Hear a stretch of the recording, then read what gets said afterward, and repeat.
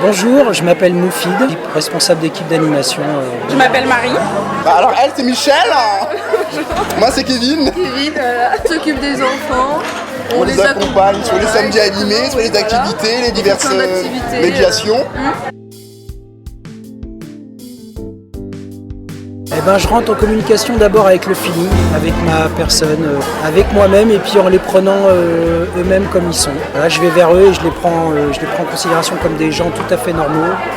Ça passe partout, ça passe par les gestes, par le sourire, par le regard, par la parole. Là, c'est des cris, il y en a, ils nous tiennent la main, ils nous ramènent vers ce qu'ils veulent. Il y en a, c'est des gestes. Et il y en a, ils communiquent, donc, comme Erwan, Théo, ils savent parler, donc forcément on les comprend. C'est ça qui est génial avec ces enfants, c'est que qu'ils soient verbal ou non, ils ont tous un moyen de se faire comprendre. Et avec l'habitude, on apprend aussi à comprendre selon les signes, les humeurs, les expressions du visage. Des fois, c'est eux qui viennent nous chercher, qui nous emmènent vers là où ils ont besoin d'aller. La relation et la communication, c'est très naturel en fait. On se force pas, juste ça vient naturellement et à fur et à mesure, on comprend de plus en plus les enfants. Ils m'ont appris déjà qu'on ne peut pas obliger quelqu'un à faire ce qu'on a envie qu'il fasse.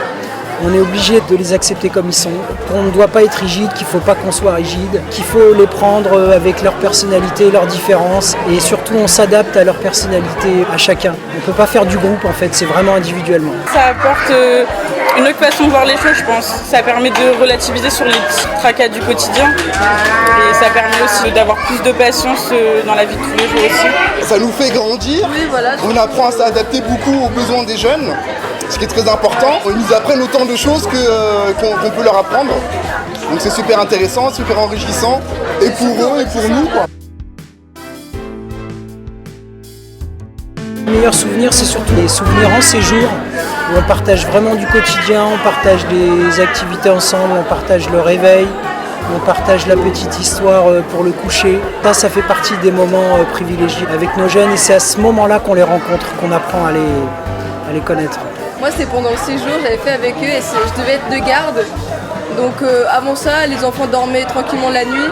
Et quand j'étais de garde, ils se sont tous réveillés à 4h du matin.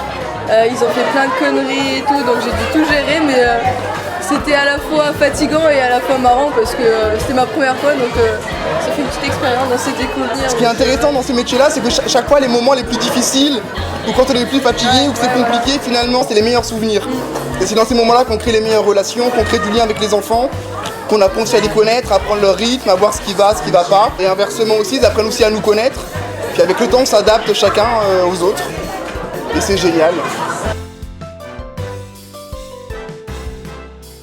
Que le handicap soit un peu plus communiqué, un peu plus accepté, un peu plus accessible pour les gens qui ne connaissent pas le handicap.